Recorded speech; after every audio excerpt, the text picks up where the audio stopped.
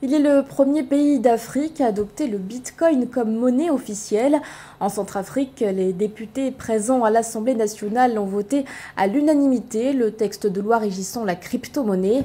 Si la présidence de la République parle d'une démarche visionnaire, cette mesure est loin de faire l'unanimité, notamment au sein de l'opposition. Les explications d'Aïssatou Diamanka-Besland.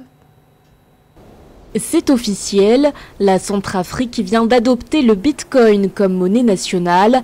Cette monnaie d'échange fera désormais chemin avec le franc CFA, la monnaie traditionnelle.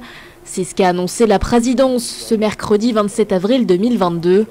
Son introduction dans le système monétaire du pays légalise ainsi l'usage des crypto-monnaies. C'est à l'unanimité que les députés de l'Assemblée nationale ont validé cette loi.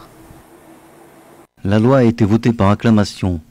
Nous partons sur une nouvelle voie qui jalonne une nouvelle étape pour notre pays, tout en étant conscients des difficultés que nous allons devoir affronter pour poursuivre notre mission. Cette démarche place la République centrafricaine sur la carte des plus courageux et visionnaires pays au monde. Le Fonds monétaire international a qualifié cette décision de dangereuse pour la stabilité financière, l'intégrité financière et la protection des consommateurs.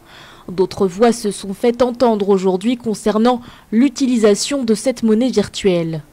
Posons-nous d'abord une question simple, à qui cela va profiter? Il suffit ici de rappeler deux données totalement objectives. Nous sommes dans un pays où seulement 3% du territoire est électrifié et où à peine 1% de la population a accès à Internet. Et voilà le pays où on a décidé d'imposer à tous, je dis bien à tous, des monnaies virtuelles. Un pays où par ailleurs, soit dit en passant, la moitié de la population vit en situation d'urgence alimentaire aujourd'hui. On nous dit que l'absence de traçabilité des opérations va bénéficier au pays. Nous répondons sans doute.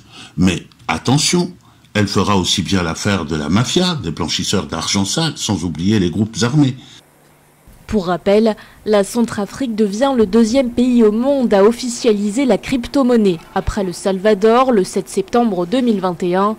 Il est le premier pays d'Afrique à adopter le Bitcoin comme monnaie de référence. En réalité, les pourfendeurs du franc CFA, qu'ils qualifient de monnaie coloniale dont les États utilisateurs doivent impérativement s'affranchir, la question du Bitcoin revient sans cesse comme une alternative pour certains pays qui y voient une révolution monétaire.